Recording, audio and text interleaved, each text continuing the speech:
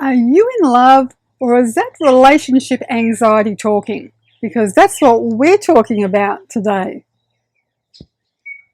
You know, love can feel a whole lot like anxiety. If you've ever been in love, you know there's no feeling quite like it. In the beginning, there is no shade or barrier. We don't need any tinted glasses, let alone rose-tinted ones, as everything is smelling roses. We're looking for the best in this special person, and they're looking for the best in us. The formula couldn't be easier. It's a match made in heaven, right? So, what's relationship anxiety about? Hi, I'm Gail Marie from 6 Dimensions of Healing, and I've been a spiritual counsellor for over 23 years now. When you're in love, euphoric love experiences even come complete with bodily reactions. Your immune system is improved. Your body is working at an optimum. Those niggling pains that once annoyed you miraculously disappear. And it's not magic or imagination, it's all in your hormones. So what's the downside, you say? Well, we walk a fine line with relationship anxiety. Our hormones teeter-totter with a new relationship. We can feel on top of the world one moment, and the next moment our stress levels can go shoom through the roof. There's a revolving door between the joy of love and the fear of not being loved. And on the dark side of the door to falling in love lives the ugly stepsister of insecurity. The thoughts go something like, what if they're just not as into me as I am into them?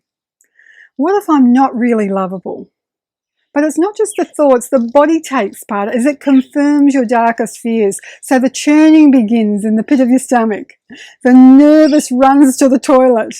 And these symptoms are very much like the ones you get when anxiety is talking.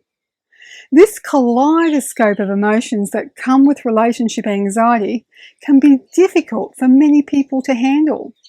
Love can feel a whole lot like relationship anxiety because there's a fine line between excitement and anxiety. They're on the opposite ends of the scale on one hand, and yet they're close bedfellows on the other. It's less than 1 degree from feeling excited and experiencing anxiety, and sometimes it feels like a knife edge. So what are the symptoms of relationship anxiety? Well, not being able to eat, being preoccupied, unsettled, nervy or jumpy, insecure, having obsessive thinking. But here's the catch. These are also symptoms of excitement. So they're both anxiety and excitement. Indicators you're falling head over heels include butterflies, a racing heart, flushed skin. These are the early indicators that you think this is the one for you. It's exciting and you feel great all the time. Physical and sexual attraction take this feeling to another level. It's when you're apart from your partner that the symptoms of either anxiety or excitement come to the fore. You know what it's like. You're thinking about them all the time. Creating a life in the future, feeling excited so you don't need much sleep, just like when you were a kid at Christmas Eve. You even forget to eat. That's excitement, and the endorphins are rampant. This is when you're at your most creative, you're the most loving and inspirational, so start using that creativity. But relationship anxiety happens to everyone at some time, and that's because the flip side to that excitement also happens. If they miss one of our calls, or we haven't seen them when we thought that we would, or they're out with their friends, up comes the anxiety. What if they don't like us as much as we like them?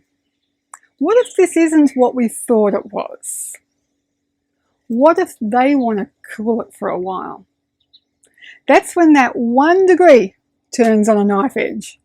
The excitement becomes anxiety, stress, and runaway fear with all the physical symptoms. The endorphins have stopped in their tracks, and now the dopamine that is being released is running along with the stress hormones. This is when things change. Stress changes everything in the brain, and that changes our biology. Stress creates a readiness for the fight and flight or freeze mode that our body thinks is going to have to do at any moment.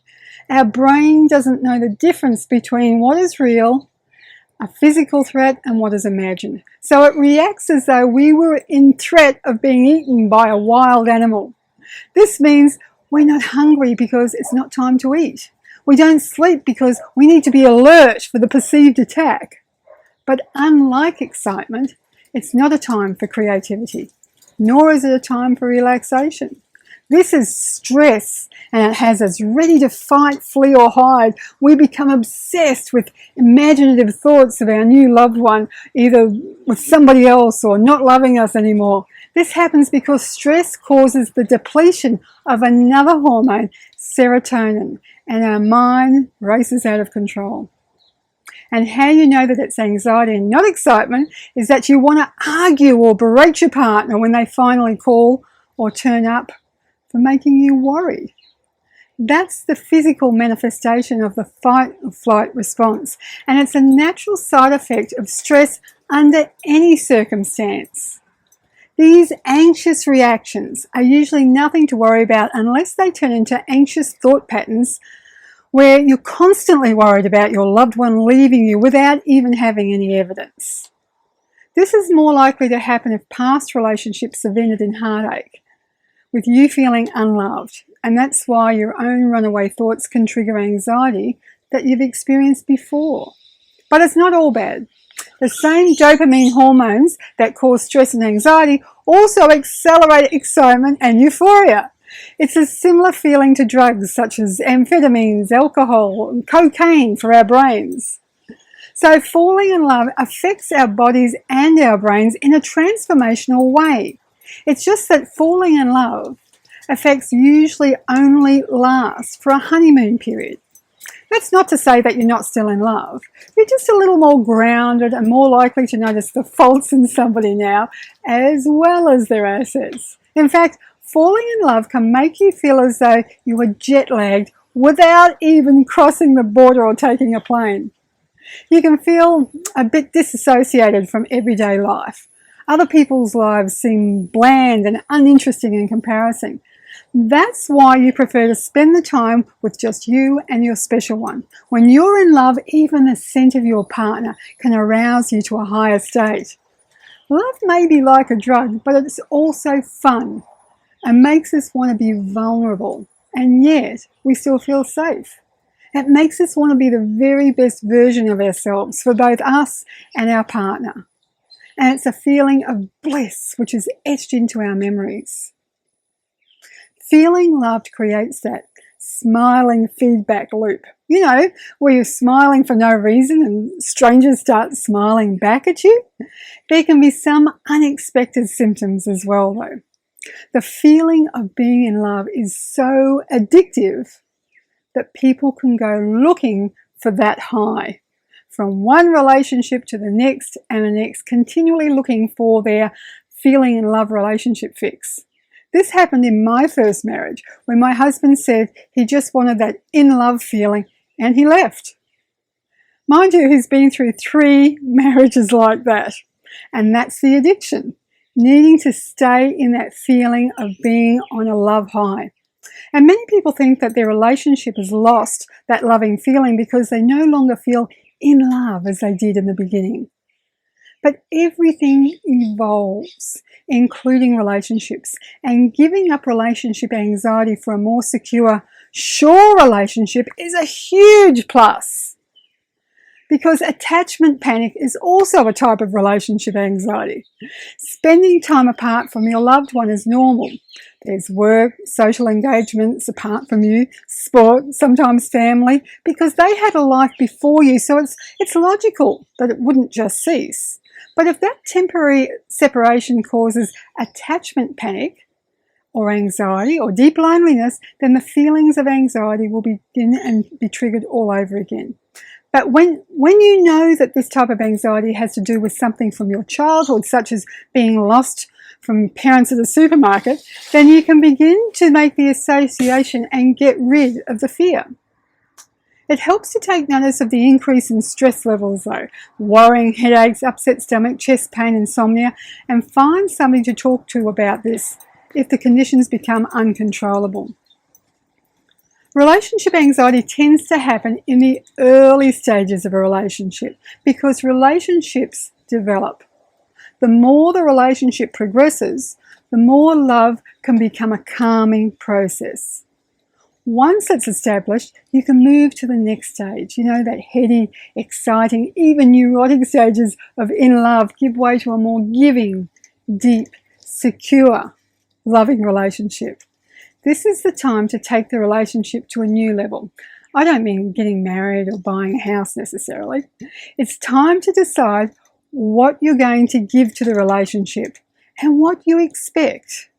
This is the business side, if there is a business side of relationships, and it's something we decide for ourselves because once the relationship is more mature, the panic gives way to calm, peace, and security. Physically, you change too. Your heartbeat slows from the panic inducement of early stages and makes way for a more relaxed familiarity around your partner. This means that you've shifted your relationship from one of passion and sexual attraction to one of mateship or buddyship, where mutual respect, trust, and affection play a huge part. It doesn't mean the sexual attraction disappears. It just means that it's not the glue that now holds the relationship together. It's deeper than that. There are more important structures that support a loving, lasting relationship. So you might ask, is love worth it?